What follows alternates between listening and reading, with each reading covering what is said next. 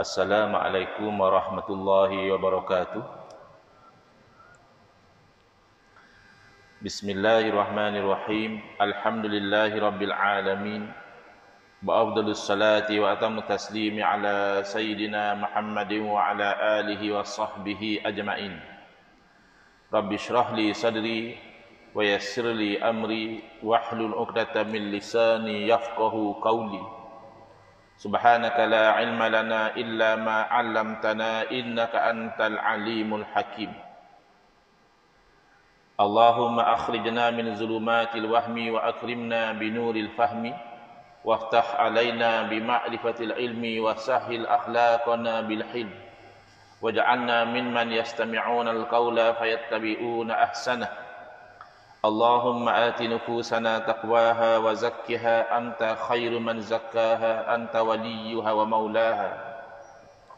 Allahumma arinal haqqa haqqan warzuqna ittiba'ah wa arinal batila batilan warzuqna ijtinabah. Allahumma anfa'na bima 'allamtana wa 'allimna ma yanfa'una wa zidna ilman wa huda. Amma ba'd.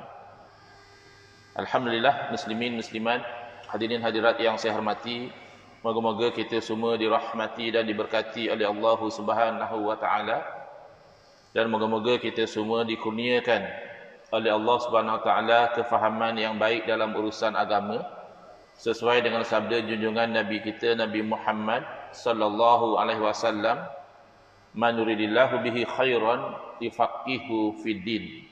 Barang siapa yang Allah nakkan dengan dia kebaikan, nescaya Allah beri dia faham dalam urusan agama.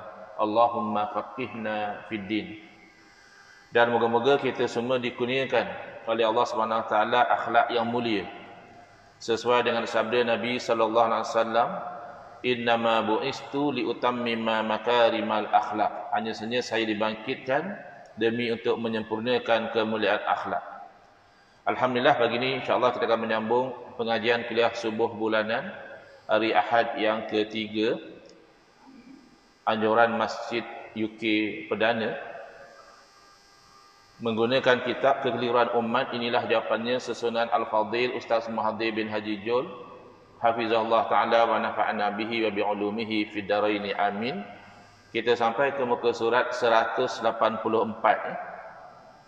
iaitu subtopik yang ke-13, azan 2 kali pada hari Jumaat. Walaupun saya perhatikan secara umumnya isu azan 2 kali pada hari Jumaat ini tidak menimbulkan kekeliruan dalam masyarakat kita, tetapi ada juga segelintir yang masih keliru sehingga mendakwa bahawa azan 2 kali pada hari Jumaat ini bid'ah. Nabi tak buat. Jadi ini menggambarkan apa yang kita telah bincangkan lama dahulu dalam bab yang pertama, salah faham tentang bid'ah. Soalan, apakah hujah azan Jumaat sebanyak 2 kali? Dan kita perhatikan masuk waktu azan, kemudian khatib naik atas mimbar bagi salam, kemudian khatib duduk azan lagi 2 kali. Apa hujah dia? Baik, jawapan. Background dulu background pada isu ini.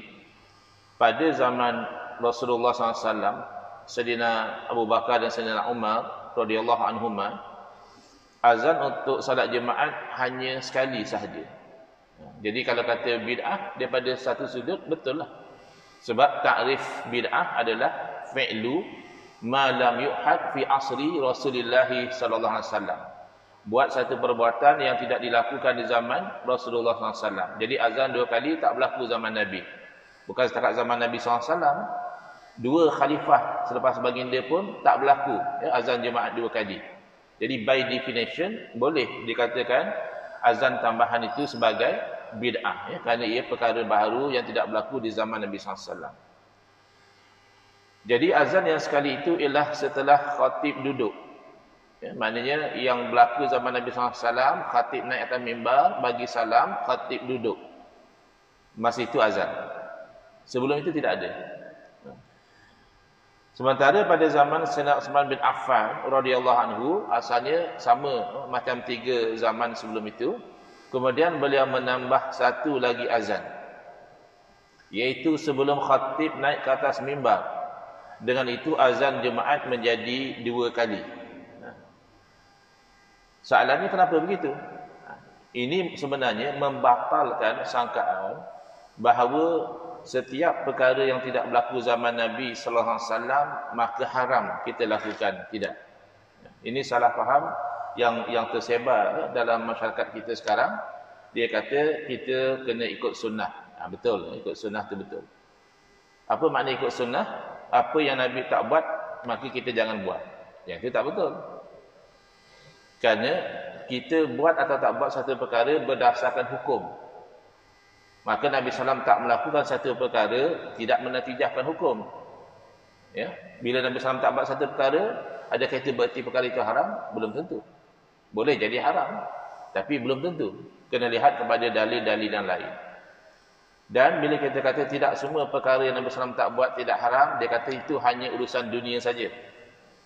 Kadang-kadang berlaku perbuatan kan. Ni tak boleh buat, ni maulid tak boleh buat, selawat selang tarawih tak boleh buat, ini tak boleh buat. Kenapa? Nabi tak buat. Haram lah. Jadi ada kawan dia komen, kalau macam tu kamu pakai handphone pun tak boleh lah. Kamu naik kereta pergi masjid tak boleh lah. Jadi kalau kawan dia komen macam tu, dia marah. Dia kata kamu ni tak faham. Itu lembut lagi lah, tak faham. Silap-silap dia kata kamu ni bodoh, dia kata. Yang tak boleh buat perkara baharu tu hanya dalam urusan agama. Guna handphone tu hanya urusan dunia. Itu hanya satu metod untuk berkomunikasi. Guna kereta itu hanya urusan dunia. Itu hanya satu cara untuk bergerak daripada satu poin ke satu poin yang lain. Urusan dunia tak ada masalah kalaupun Nabi tak buat. Habis ini azan. Azan kan bukan urusan dunia. Azan kan urusan agama. Kenapa Sayyidina Uthman bin Affan radhiyallahu anhu membuat perkara baharu dalam urusan agama? Kerana Sayyidina Uthman sebagai sahabat Nabi lebih faham apa yang dimaksudkan dengan hadis Nabi sallallahu alaihi wasallam wa kullu bid'atin dalalah. Dan setiap perkara bid'ah itu sesat. Sayyidina Uthman bin Affan radhiyallahu anhu lebih faham bahawa yang dimaksudkan dengan bid'ah yang sesat itu adalah setiap perkara baharu yang bercanggah dengan syarak. Sebab itulah Al-Imam An-Nawawi rahimahullah taala ketika mensyarahkan hadis tersebut dalam Sahih Muslim, Al-Imam An-Nawawi rahimahullah menyebutkan dengan jelas wal muradu biqaulihi sallallahu alaihi wasallam kullu bid'atin dalalatun, yang dimaksudkan dengan sabda baginda setiap perkara bid'ah itu sesat, haza amun makhsus. Ini adalah lafaz yang umum. Kullu tu lafaznya umum. Kalau terjemah maknanya setiap. Makhsusun, tetapi maknanya dikhususkan, bukan semua.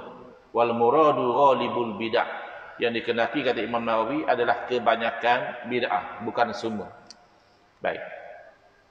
Jadi pernah satu orang, tapi sekarang dah difatwakan ajaran dia itu sesat, lagi menyesatkan. 16 November 2023, Jabatan Mufti Negeri Terengganu memfatwakan ajaran beliau sesat lagi menyesatkan. Jadi dia marah bila saya kata bid'ah hasanah adalah sunnah. Bid'ah yang baik itu sebenarnya adalah sunnah. Jadi dia marah juga bila saya kata tengok Sayyidina Uthman sendiri buat bid'ah. Dia kata macam mana ustaz ni nak nyesatkan orang. Tergamak dia kata sahabat Nabi buat bid'ah.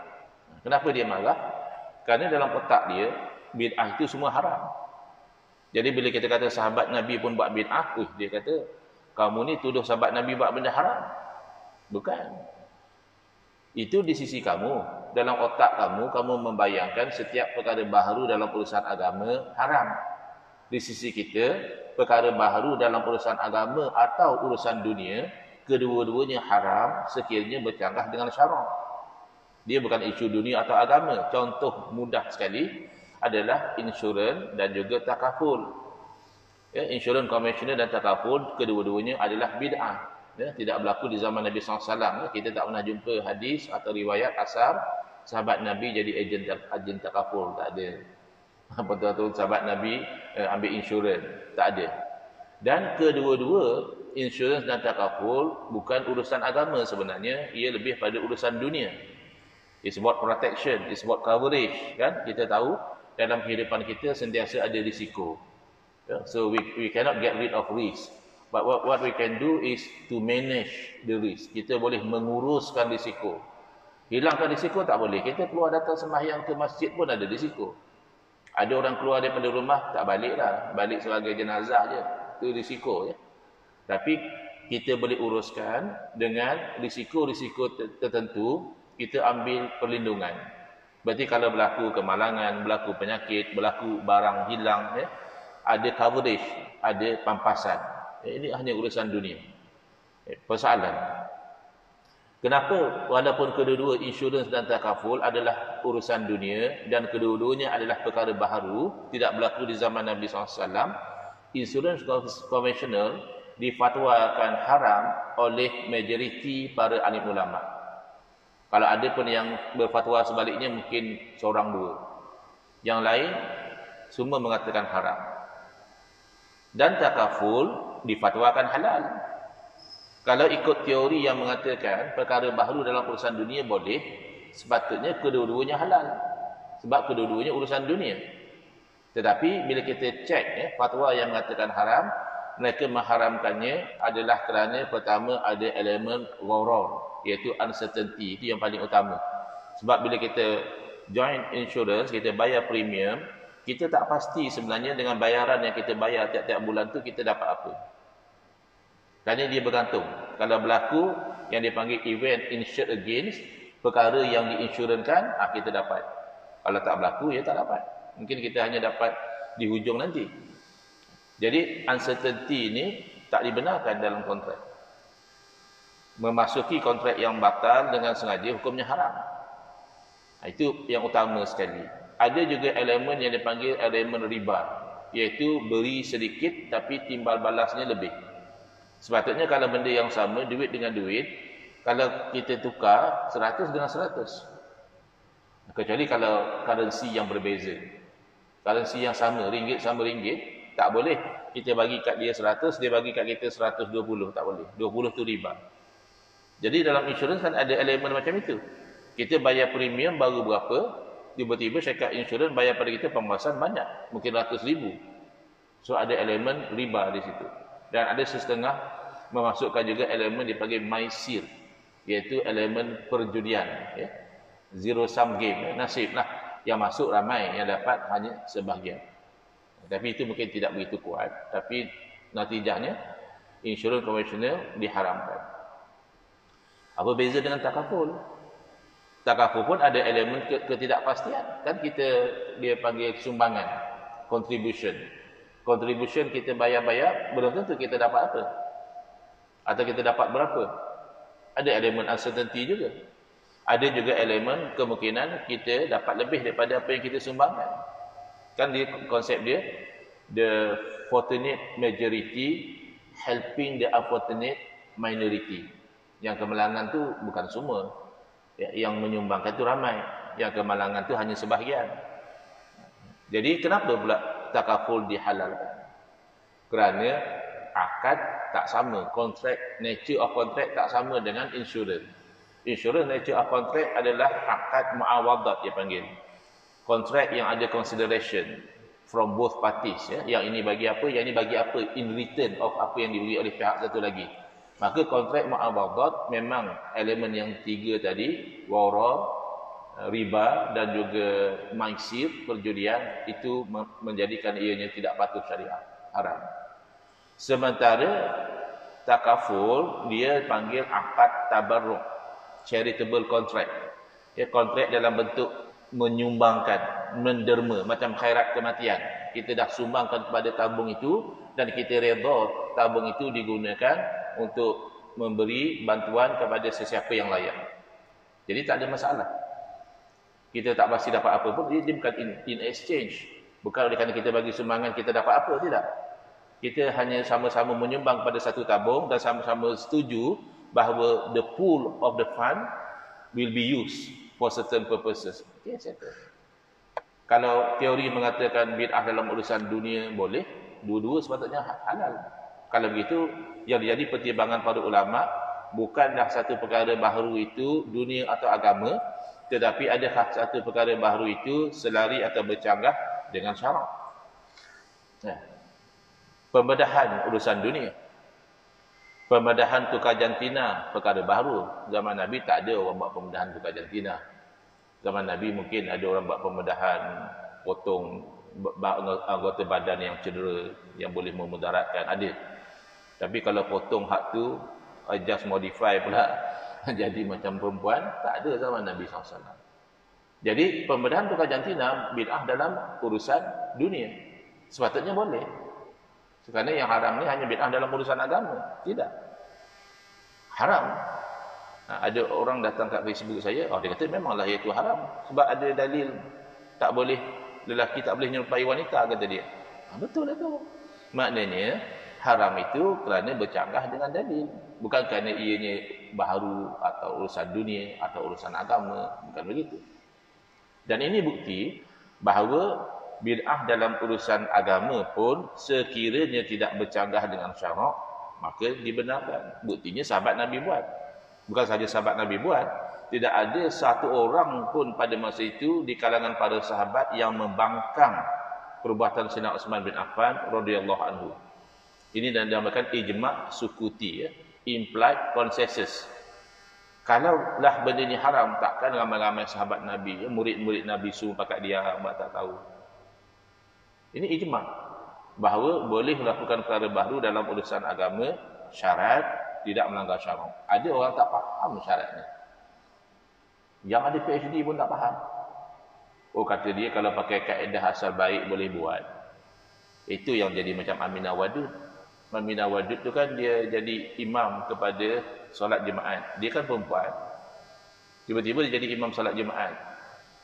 Tapi puak-puak ni kata asal baik boleh buat. Bukan asal baik macam tu, doktor. Yang dimaksudkan asal baik boleh buat adalah baik dari segi syariat.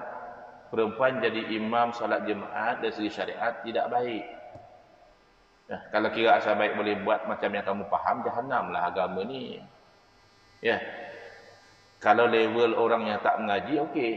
Awak mengaji agama sampai PhD, takkan tak faham konsep yang mudah macam itu. Asal baik berarti dari segi agama. Bukan contoh, ya, ada ajaran di Pulau Pinang, ajaran taslim. Bertempat di kampung namanya Kampung Seronok. Seronok sungguh. Pasal sembahyang dia ada satu rukun saja, rukun qalbi, iaitu niat. Hang dah sembahyang lah? Sembahyang lah. Tak nampak pun. Tadi aku niat dah. Mana boleh niatnya? Tak takbir, tak rokok, tak apa. Tak apa. Innamal a'malu bin niat. Hanya saja amalan dengan niat. Gitu. Tapi bila kita ajak dia main rumah, ajak makan, bagi dia pinggan, hang niatlah nak makan apa? Nasi kandak ke? Hang nak makan roti canai ke? Hang niat kan? Marah dia. Pengajak hang ni. Hang main-main dengan aku noh.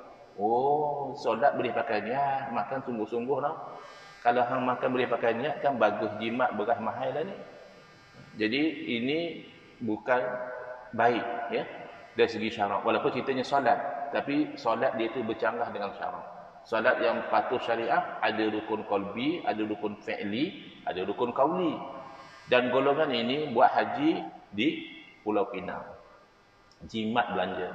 Tak payah nak daftar susah-susah tunggu giliran, ya. Anytime, ya. Any year boleh buat haji. Pasal di Pulau Pinang.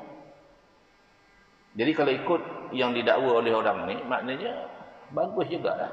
Dia pun bukan buat salah, dia pun buat haji. Kan hampa kata asal baik boleh buat. Loh, bukan asal baik macam tu.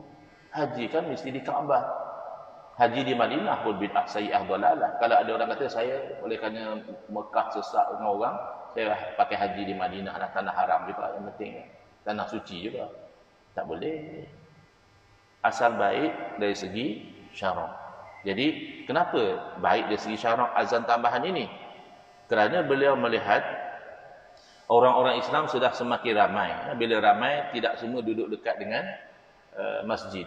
Ada yang duduk jauh, berniaga pun jauh dari masjid. Lalu apabila azan itu dilakukan seperti dahulu, menyebabkan ada risiko ramai yang tak sempat solat jemaah. Jelas sebab khatib pun dah naik atas mimbar. Dia baru dah nak solat, tak sempat. Maka Sayyidina Uthman mengarahkan supaya azan dulu. Sebagai warning lah. Ni dah ada dekat jemaat ni. Lalu bila dengar azan pertama tu, mereka pun akan bersiap-siap untuk solat jemaah. Jadi ini adalah hasanah daripada sudut dia membantu umat melakukan perkara yang wajib. Kerana solat jemaah itu bagi orang yang wajib jemaah, wajib. Bila ditinggalkan jadi haram. Jadi walaupun perkara ini baru, tidak berlaku di zaman Nabi SAW, para sahabat semua faham bahawa ini adalah perkara baru yang baik. Istilahnya nak panggil bid'ah hasanah ke, tak nak panggil bid'ah ke, terpulang. Tapi konsepnya itu terpakai, ya, perkara baru itu baik. Ada orang bangkang lagi. Dia kata tak betul tu ustaz. Hati-hati ya, jadi ustaz zaman sekarang payah. Semua orang kata tak betul. Ustaz mengajar, ya, cikgu geografi kata tak betul. Pilot kata tak betul. Chef kata tak betul. Jadi ustaz sekarang ni kena berdebat dengan pilot, kena berdebat dengan chef. Dulu ustaz sama ustaz dia berhujah. Oh, sekarang ustaz datang kan hujah. Kalau ustaz betul, jangan tengok dia pilot ke apa. Oh, macam tu. Jadi lagi kita kata doktor pakar bedah tak betul. Kita pun tak tahu apa pasal medik, tapi bagi kita tak betul. Jadi doktor pakar bedah kena berdebat dengan kita. Agak-agak kalau kita nak naik kapal terbang, kita sound pilot. Tak betul ni cara buat kapal terbang ni. Tak lama dia arah keluarlah, tak payah naik. Kan buat kacau. Jadi ini ya, tak betul dia kata ustaz. Ustaz bawa cerita ni kononnya nak membela bid'ah hasanah. Padahal ustaz tak tahu bila Sayyidina Osman buat perkara itu dah jadi sunnah. Bukan lagi bid'ah. Kerana bahkan Nabi SAW berpesan, alaikum bisunnati wa sunnatil khulafa'il mahdiyyin ar-rasyidin. Hendaklah kamu ikut sunnah saya dan hendaklah kamu ikut sunnah khulafa' ar-rasyidin. Sayyidina Utsman tu khulafa' ar-rasyidin. Jadi bila Sayyidina Utsman buat jadi sunnah. Dia berhujah begitu. Hujah dia tu separuh betul. Separuh betul. Betul ya, apabila Sayyidina Utsman bin Affan radhiyallahu buat, maka itu jadi sunnah khulafa' ar-rasyidin dan Nabi suruh kita ikut sunnah khulafa' ar-rasyidin. Jadi kalau dia pergi lebih jauh sedikit, dia faham bahawa salah satu sunnah khulafa' ar-rasyidin adalah membuat perkara baharu walaupun dalam urusan agama asalkan tidak bercanggah dengan syarak. Itu sunnah mereka. Sayyidina Umar misalnya radhiyallahu anhu dalam bab solat, kan zaman Nabi SAW, solat qiyam Ramadan ni, atau kita kata solat tarawih ni, Nabi SAW solat lalu sahabat ikut. Sahabat ni golongan yang suka kepada ibadah. Nampak Nabi solat sunat, mereka ikut. Malam yang kedua, lagi ramai sahabat yang ikut. Mungkin sampai berita, datanglah ke masjid, semalam kami sembahyang dengan Nabi SAW. Seronok betul sembahyang dengan Nabi. Mungkinlah, bertambah lagi. Malam yang ketiga atau malam yang keempat, sahabat lagi ramai nak solat dengan Nabi, Nabi dah tak keluar.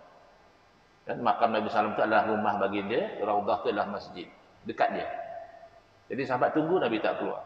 Nabi sembahyang di rumah. Dan Nabi SAW terangkan kepada sahabat esok harinya, bukan saya tak rasanya bahawa kamu sedang menunggu, tapi saya bimbang diwajibkan.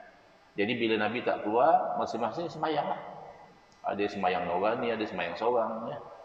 Dan berkekalan amalan itu sehingga zaman Sayyidina Umar radhiyallahu anhu. Malam Ramadan meriah dengan orang solat, tapi tidaklah macam sekarang ni. Satu imam orang lain ikut, tidak. Ada yang sembahyang dengan imam tu, ada sembahyang dengan imam ni, ada sembahyang seorang-seorang, ada tengah sujud, ada tengah rokok. Lalu Sayyidina Umar radhiyallahu anhu mencadangkan agar dilantik satu orang yang bagus solat dia, bagus bacaan dia, lantik dia seorang jadi imam, yang lain ikut. Bila Sayyidina Umar keluar lagi pada malam yang lain, didapati cadangan beliau tu dilaksanakan. Cantik, tertib. Sayyidina Ubay bin Ka'ab radhiyallahu anhu jadi imam, yang lain ikut. Lalu apa komen Sayyidina Umar? Kata Sayyidina Umar radhiyallahu anhu, nikmatil bid'atu hazihi. Sebaik-baik perkara bid'ah, inilah dia. Bukan solatnya itu bid'ah, tapi cara dilakukan di belakang solat imam tu tak berlaku zaman Nabi. Dan solat kan urusan agama. Terbukti sunnah khulafa' ar-rasyidin melakukan perkara baharu dalam urusan agama selagi mana tidak berkaitan dengan syarak. Kalau boleh sembahyang berkecamuk, sembahyang dengan belakang solat imam pun tak ada masalah. Selawat salam tarawih satu masa dahulu orang pertikaikan. Alasannya Nabi tak buat. Kan selawat ni ibadah yang umum. Tidak ditetapkan masa, tidak ditetapkan tempat, tidak ditetapkan bilangan. Berarti dalam soal masa, bila-bila masa boleh selawat. Nak selawat sebelum tarawih boleh, selang-selang tarawih boleh, lepas tarawih masih nak selawat pun boleh. Dia beza dengan solat. Solat dia ibadah yang berwaktu. Saya ni kalau tengah hari bulan-bulan puasa ni ngantuk lah. Tapi kalau pukul 10 pagi, 11 pagi saya segar. Boleh ke saya semayang siap-siap? Artinya eloklah semayang time saya segar tu, khusyuk sikit. Tak boleh. Tak boleh. Sebab semayang ada waktu dia. Inna solata kanat alal mu'minina kitaban mauquta. Cuba lihat sikap salafus soleh. Apa yang mereka lakukan selang tarawih. Tarawih zaman dahulu bacaannya sangat panjang. Zaman sekarang ni tak mampu kita. Kalau baca imam baca satu juz malam, mungkin kita cari masjid lain lah. Setengah pada kita lah, setengah pada kita suka sengaja cari yang baca satu juz sebab dia seronok dengan bacaan Quran tu. Jadi dahulu memang bacaan tu bukan lagi juz kan, surah, Baqarah, Nisa, Ali Imran. Jadi bila selesai 4, maka biasanya akan ada rehat. Mana panjang, rehat sekejap. Apa yang salafus soleh buat masa rehat ni? Selang tarawih, mereka tawaf di keliling Kaabah. Tawaf sunat. Dalil khusus tak ada. Tak ada Nabi SAW kata selepas solat ni tawaf, tidak. Tapi sebab tengah rehat, bebas tawaf. Maka salafus soleh di Madinah merasa cemburu kerana kawan-kawan saudara mereka dapat pahala lebih. Pahala solat lagi dapat, pahala tawaf lagi dapat. Ini cemburu yang baik. Cemburu, saya nak macam dia juga, banyak buat ibadah. Lalu mereka di sana di Madinah sedang tarawih, mereka tidak boleh tawaf kerana tawaf mesti di Kaabah. Apa yang mereka buat? Mereka solat sunat mutlak 4 rakaat. Solat yang ringan lah. Jadi 4 kali break kali dengan 4 jadi 16, total 36. Dan itulah sebab ada pandangan dalam mazhab Imam Malik yang mengatakan solat tarawih 36 rakaat. Kerana salah satu sumber hukum di sisi mazhab Imam Malik adalah amal ahli Madinah. Perbuatan ahli Madinah itu sumber hukum. Jadi kalau orang tanya, Ustaz, sebenarnya saya nak tahu solat tarawih ni berapa rakaat. Asal masuk Ramadannya isu solat tarawih berapa rakaat. Asal masuk Ramadan isu solat tarawih berapa rakaat. Jadi secara ringkasnya jawapannya adalah mengikut jumhur ulama, majoriti 4 mazhab mengatakan solat tarawih itu 20 rakaat. Ada pandangan, ni seronok nak dengar ni. Ada pandangan yang mengatakan 36. Tuan pilihlah nak yang mana. Ingat Ustaz nak kata 8, aku nak ambil yang 8 tu. Biar memang boleh saja nak buat 8 boleh. Tapi kalau nak ikut ketetapan yang ditetapkan daripada zaman Sayyidina Umar radhiyallahu anhu dan dipegang oleh 4 mazhab, itu adalah 20 rakaat. Jangan kata nak buat 8, tak nak buat langsung. Ya boleh. Nama pun sembahyang sunat. Ya, tetapi cuma rugilah dari segi fadilat, tak dapat man qama Ramadan imanan wa ihtisaban ghufira lahu ma taqaddama min zambihi. Baik. Jadi kita faham bahawa kita ikut sunnah Khulafa' ar-Rasyidin. Sebagaimana mereka melakukan perkara-perkara baharu yang tidak bercanggah dengan syarak, maka demikian juga kita tidak melarang perkara-perkara baharu yang tidak bercanggah dengan syarak. Ya, selawat selang tarawih, doa ramai-ramai lepas solat dan sebagainya. Baik, dalil. Di dalam Sahih Bukhari dijelaskan, An Sa'ib bin qala sami'tu Sa'ib bin Yazid yaqulu innal azana yaumal jum'ati kana awwaluhu hina yajlisul imamu yaumal jum'ati 'alal minbari. Fi ahdi Rasulillah SAW Abi Bakr wa Umar radhiyallahu anhuma. Falamma kana fi khilafati Utsman radhiyallahu anhu wa qasaru amara Utsman yaumal jum'ati bil azan salisi bihi 'ala az-zawra'i wa thabbata al-amru 'ala dhalika. Daripada Sa'ib radhiyallahu anhu, beliau berkata, aku mendengar Sa'ib bin Yazid radhiyallahu anhu berkata, azan jemaat awalnya ketika imam duduk pada hari Jumaat atas mimbar. Itu berlaku pada zaman Nabi SAW, Sayyidina Abu Bakar dan Sayyidina Umar radhiyallahu anhuma. Bagus masjid ni tak sediakan air. Masjid di Glen Mary hari Jumaat lepas somehow dia letak gelas dan botol air. Yang saya pula masa tu absent minded, dah macam terbiasa bila ada botol air, saya buka lah. Buka pun tak ada orang tegur pula tu. Dah lah saya tengah live. Lepas tu saya tuang. Sempatlah minum. Teguk 2. Lepas tu Bilal datang dan ambil. Saya kata kenapa Bilal ambil? Cawan ni kotor ke apa? Lepas tu baru saya tengok innalillahi. Puasa rupanya. Alhamdulillah dalam hadis Nabi SAW bagi tahu, siapa yang berpuasa dan dia lupa lalu dia makan atau dia minum, sempurnakan puasa dia. Hanya saja Allah yang memberi dia makan dan minum. Alhamdulillah. Jadi bila tak letak ni, risiko tu tak ada. Kalau letak ada risiko kita lupa. Baik. Kembali. Saya sebut tu kenapa? Sebab kering tekak. Kering tekak tu tengok ujung, oh tak ada. Alhamdulillah. Lupa. Baik. Jadi zaman Sayyidina Osman, apabila umat dah ramai, Sayyidina Osman menyuruh azan yang ketiga. Ini macam mana pula? Kata azan 2 kali. Sebab tu hadis-hadis ni kita kena berguru. Apa maksud dia? Maksud azan yang ketiga adalah campur sekali dengan iqamah. Iqamah tu pun dipanggil azan juga. Maknanya seru orang untuk solat. Tapi dah memang nak solat betul-betul lah. Azan yang awal yang kedua tu belum nak solat lagi. Sebab tu disebut azan yang ketiga. Atas dasar hadis di atas, Syekh Zainuddin Al-Malibari rahimahullah ta'ala berkata dalam kitab Fathul Mu'in bahawa mengumandangkan azan 2 kali itu adalah sunat. Ya. Pertama, sebelum khatib naik atas mimbar, dan kedua dilakukan setelah khatib naik atas mimbar bagi salam dan duduk. Cuba lihat ya. Kat sini azan subuh berapa kali? Sekali. Okey.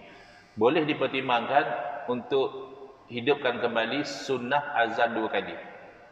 Memang sunat, tapi ia sunnah. Nabi SAW lakukan.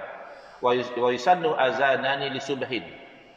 Dan disunatkan azan 2 kali untuk salat subuh. Wahidin qabla al-fajri wa akhara ba'dahu. Satu sebelum masuk fajar lagi. Mungkin dalam setengah jam sebelum masuk fajar. Ini berlaku juga masa saya belajar di Jordan. Ada kawan dia kata, kalau ikut hadis kata dia, kalau kita tengah makan, tengah minum, kalau orang azan pun kita boleh habiskan.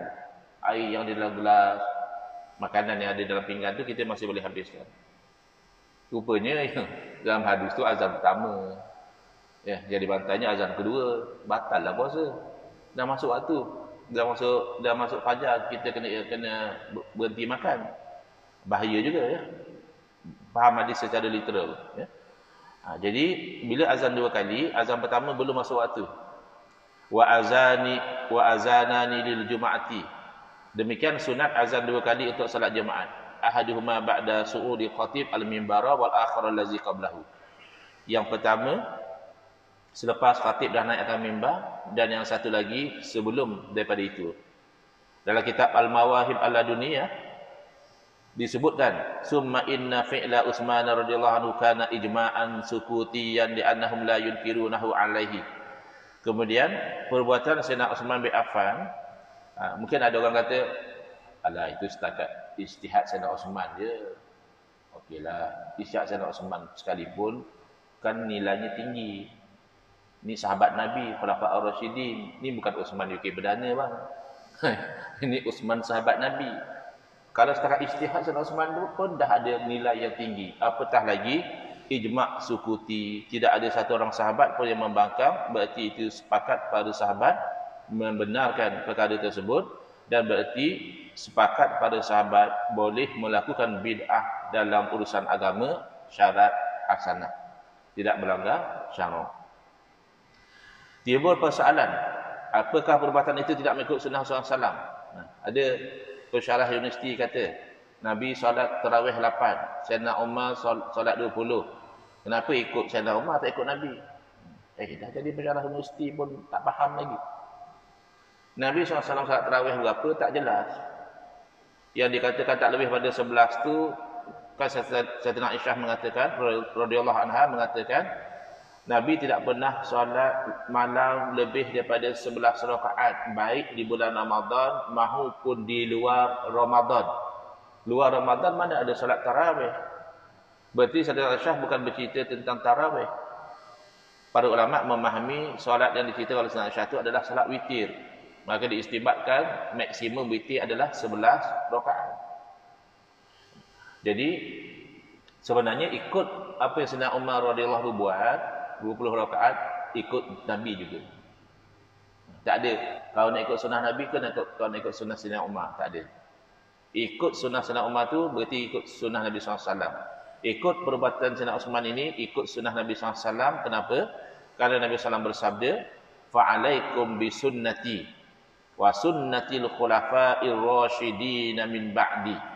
Wajib kamu itu ikut sunnah saya, cara dan jalan saya, dan sunnah cara dan jalan khulafa'ir rasyidin selepas daripada saya. Selesai. Ya? Alhamdulillah.